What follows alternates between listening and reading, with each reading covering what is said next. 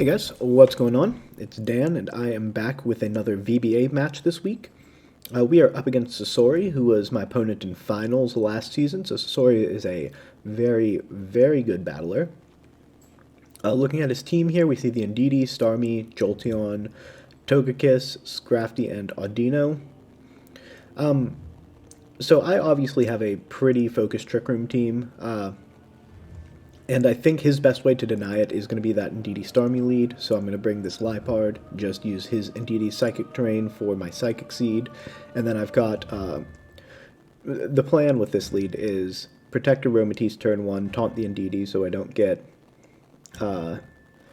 locked, imprisoned, Trick Roomed, and then I'll have Arctivish and Berserker in the back. Arctivish will eat the Intimidate from the Scrafty, and then Berserker will be a cleanup option after Arctivish chews through some health. It seems like a pretty straightforward plan. He has his own Audino, which I assume is going to counter Trick Room at some point or another, so I'm going to need to play around that. But I'm happy with the team I brought, and we're just going to go ahead and pop right into it. On his team, the Jolteon doesn't seem great this week. The Togekiss could definitely come, but I think the 4 he brings are going to be pretty much locked this whole set. Love Sasori's player card. Great art, great choice. Outfit's like a 7 out of 10, but the player card is a solid like 9 out of 10. Okay. So my play here is just always protect and taunt the Ndidi to make sure that I don't get imprisoned, Trick Roomed. And then next turn I'll Snarl, which will allow me to survive double expanding force on the Aromatisse and set Trick Room myself.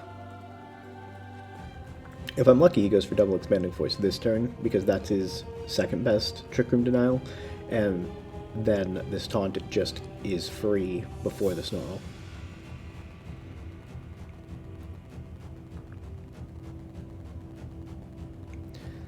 So, looking at this matchup, I wasn't sure if I wanted to go fast or slow, and I had some concepts for both. But this Liepard actually, I woke up this morning and I switched out my 6th slot for this Liepard slot because I figured I didn't really like my Ndidi Starmie lead matchup with anything that I was thinking about bringing. So I built this Liepard this morning specifically to, or the morning of the battle I should say, depending on when you're watching it, to counter this lead. Okay, so he's going for a double Dazzling Gleam to hit the Liepard, which is annoying, but at +1 special defense, I think I live this. And I do, which will let me Snarl next turn. And then, if Liepard goes down for free, that's actually going to be huge for me, because then I get my free switch into the Arctivish, which I always send out before Berserker in Game 1 to eat the Intimidate. That's very good Snarl damage. I know in Game 2 I can actually probably just start Snarling if I need to, because he's not going to kill the Liepard with the lead. But I don't think he leads this game too, seeing what the Liepard did. So he Dazzling Gleamed Expanding Force to get a single target Expanding Force. That's his best option. But it's not going to stop the Trick Room. And then I have Arctivish, which just gets to start going in. I do briefly consider the Berserker here, but he has Scrafty in the back. There's no doubt in my mind, based on the way he's playing and what my team is, that Scrafty is in the back.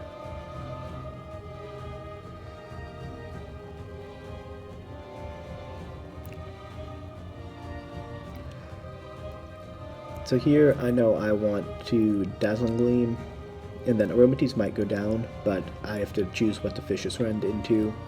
And I pick the Ndidi. Honestly, it'll kill either slot, but I think Ndidi is more likely to switch into Scrafty than the Starmie is at this point. I think the Starmie, if one of them stays in, is going to be the one that stays in. And I'd really like to catch the Scrafty on the switch to just eliminate any possibility of something bad happening.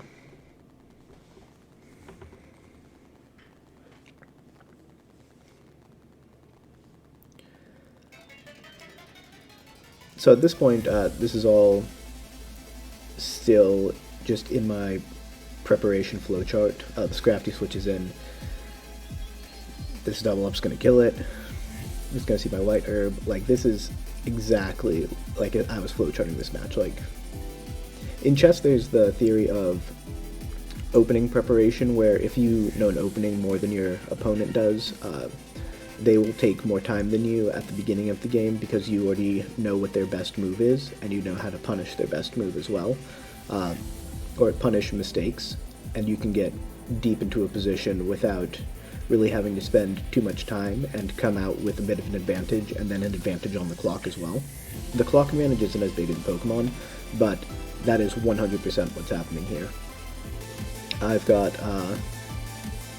like, this is just a flowcharted matchup for me, and now at this point, I just know I don't want to let this Audino counter Trick Room, so I'm going to Dazzling Gleam and Vicious Rend it. Now the problem is, I don't know how fast this Audino is. It could actually underspeed the Arctivish, and then Vicious Rend single probably doesn't kill it, but with Dazzling Gleam it might, and he could counter Trick Room here, which would be an issue. But yeah, this is basically where my preparation ended, is with this Audino on the field, and it does go for After You. So if it went for counter Trick Room, I would have had doubled Vicious Rend, which would kill it, but instead I went for the After You play, which gives me singled Vicious Rend, which does not kill it. So basically he just gets a free Expanding Force because of that. But now I am in a very good position. I definitely go for a double KO here. I don't know if the Dazzling Gleam will KO the Audino, but I'm pretty sure it KOs the Starmie, so I'm going to send the Vicious Rend into the Audino afterwards.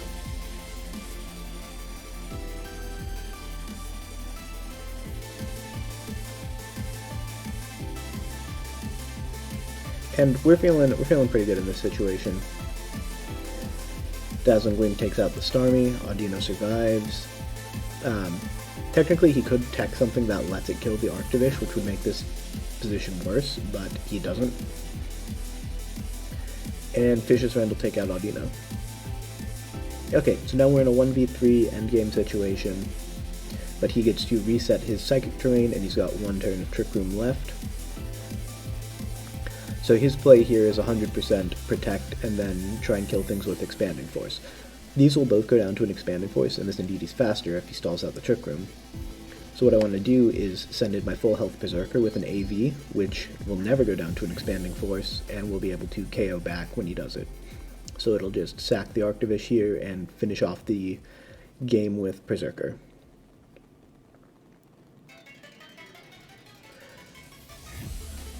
This Vicious Rend is just in case he doesn't Expanding Force, but like, he does.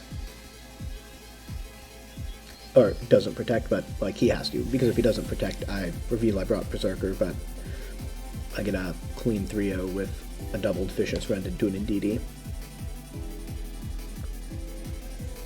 I was overthinking it just a little bit in case he had something. I don't know what I was thinking he might have, but this Berserker survives this. Alright, Vicious Rend goes into the Protect. Trick Room expires, he's going to Expanding Force, kill the Arctivish, Berserker will survive, and finish it off with a Throat Chop. So yeah, Game 1 basically went the way I flowcharted it, but he knows my answers now, so I have to think through what his counterplay to my answers are going to be for Game 2. But with that being said, I'll let this Berserker finish this off, and I will be right back around with Game 2 for you guys. Oh, I do click Crunch because it's not doubled, so if he has like a single target thing to kill the Berserker, this is my guaranteed kill on the Indeedee. But I'll be right back for Game 2 as Game 1 wraps up.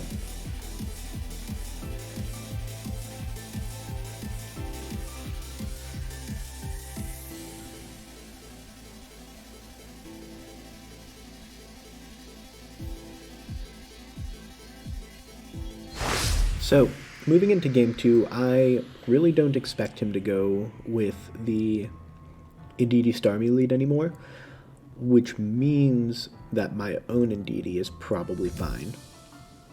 Because my own Indeedee is only not the answer to Indeedee Starmie because they can double Expanding Force, get around my Follow Me, and probably kill the Marowak. I mean, the Aromatisse. But I guess that's not a guarantee because I didn't see boosting items on either of them, and I did see Protect on the Indeedee. Starmie may or may not have had a choice item because I only ever saw it use one move. But we're just going to go with Aromatisse and Indeedee here. And then I liked the set of sweepers I had in the back. There's a world where Marowak works, but I think if he's going to be going with Starmie and Scrafty, then Arctivish and Berserker are my better counter options.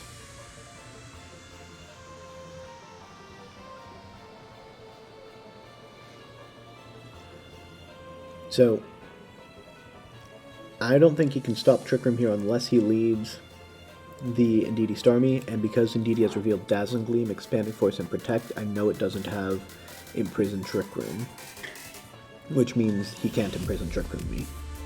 So I'm not scared of that anymore.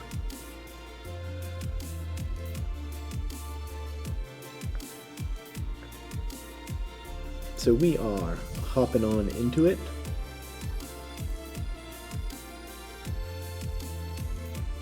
And we see that he leads with the Scrafty Indeedee. Okay, Scrafty doesn't want any of the lead that I have with the Aromatisse Indeedee.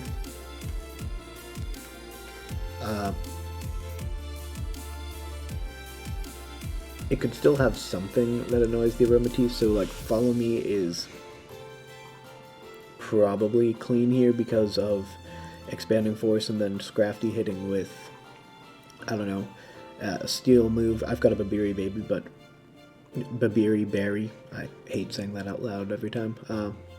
But with the Expanding Force damage from a non-snarled Indeedee, it could still maybe kill Aromatisse, so I don't want to just let him do that. So I'll set up my Trick Room.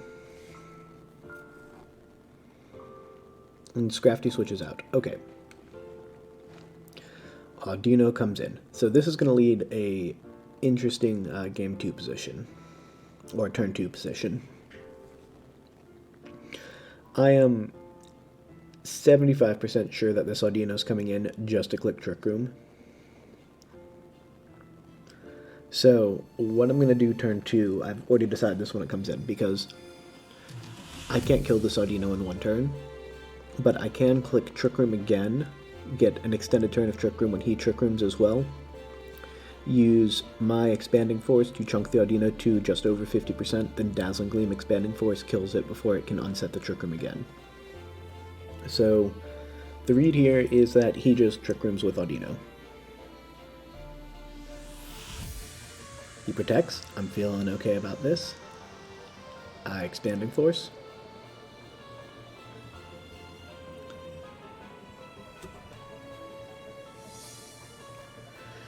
That does right around the amount of damage I set, and then my Trick Room goes first, so that means he's also Trick Rooming, but faster than me under Trick Room. He sets it. And now we're in a good situation.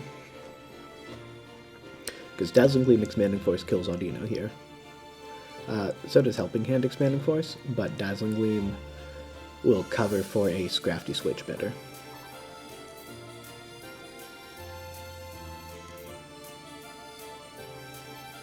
Like, this is a very, very good board state for me. Because his best Trick Room answer has just been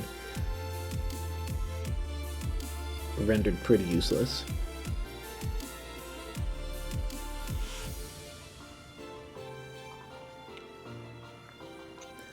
So, Dazzling Gleam comes on out, it will chip the Audino down low enough that Expanding Force will kill it. It goes for the After You. If I'm him, I'm probably using an attacking move on the Audino, but I don't know if it has one. Then my Expanding Force comes out, and Audino goes down. Indeedee is low enough that everything kills it. And he's not in a great position here. So Starmie, I just click Dazzling Gleam again until Aromatisse dies, and then I think my own Dazzling Gleam here will do more to the Starmie. I'm actually not 100% sure about that, but this again just covers for a Scrafty switch because we know he's got Scrafty in the back.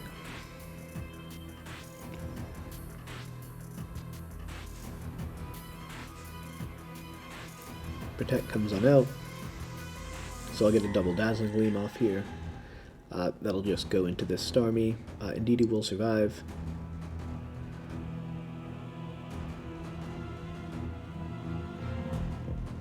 Starmie should be able to pick up a KO here, maybe even a double. I mean, not a double. He'll pick up a KO. Indeedee stays out. I know he's got Scrafty in the back, so let's send out the Arctivish because we've got the White Herb on it. And now here, I think the play is... I know the Indeedee just protected. I don't know what the best play is here. It's Vicious Rending something, and then Dazzling Gleam, but I don't know if single target Dazzling Gleam kills Starmie, but I know Dazzling Gleam will kill this Indeedee.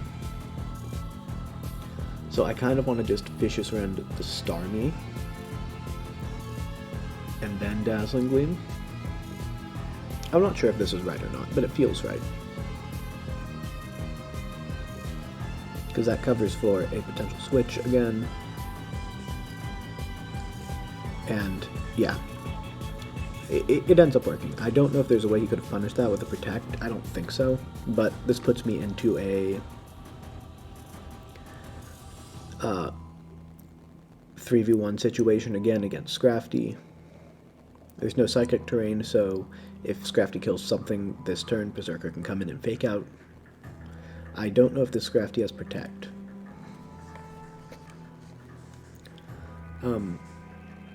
It might actually have AV based on surviving the Dazzling Gleam.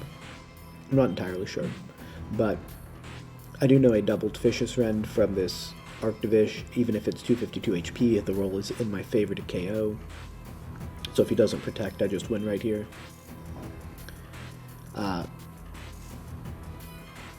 And if he does Protect, Scrafty doesn't have double target moves, and it's still a 2-hit KO from everything on my team.